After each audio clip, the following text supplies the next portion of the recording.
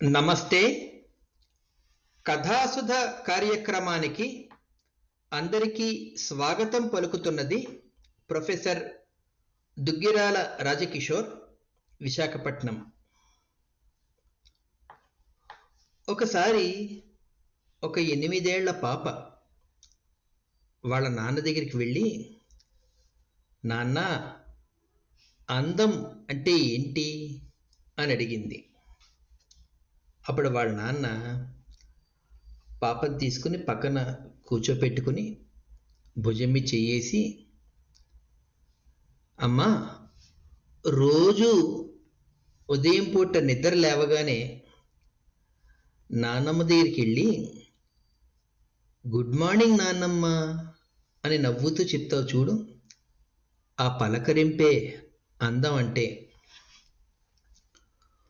ఒకసారి స్కూల్లో నీ ఫ్రెండ్ నీకు తెలియకుండా నీ పెన్సిల్ తీసుకుందని తర్వాత తెలిసినప్పుడు ఆ ఫ్రెండ్ని దగ్గరికి పిలిచి, ఎప్పుడూ అలా తీసుకోకు, కావాలంటే అడుగు, నేను ఇస్తాను, షేరింగ్ ఈజ్ కేరింగ్ అని మీ ఫ్రెండ్కి చెప్పేవి చూడు, అది అందం అంటే.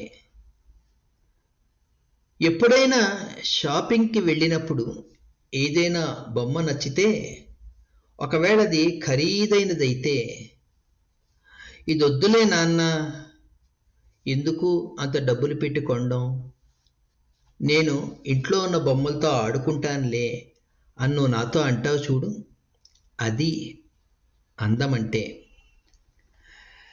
ఎప్పుడైనా అమ్మకు నాన్నకు గొడవైందనుకో, నువ్వు నా దగ్గరికి వచ్చి చెయ్యి పట్టుకుని లాగి, నాన్న స్మైల్, ఒకసారి నవ్వండి, అమ్మా స్మైల్, ఒకసారి నవ్వమ్మా అని మమ్మల్ని ఇద్దరిని చల్లబరుస్తావు చూడు, అదే అందం అంటే.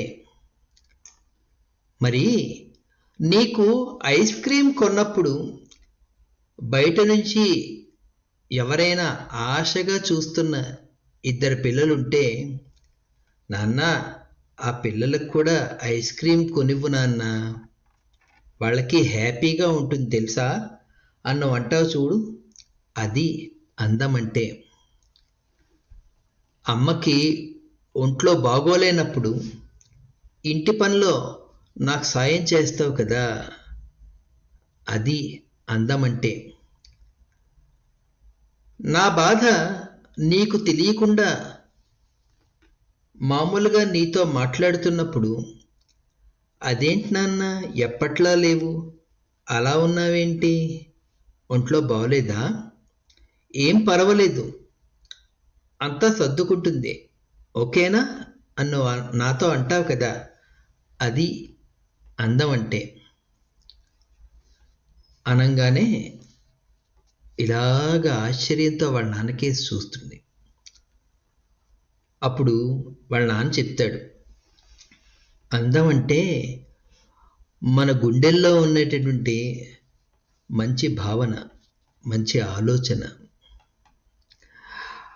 మన గుండెల్లో మంచి భావన ఉన్నప్పుడు, మంచి ఆలోచన ఉన్నప్పుడు, అదే మనం ఎప్పుడు ఎవరితో ఎలా మాట్లాడుతున్నా చాలా అందంగా వ్యక్తం అవుతుంది తెలుసా అని వాళ్ళ నాన్న చెప్తాడు.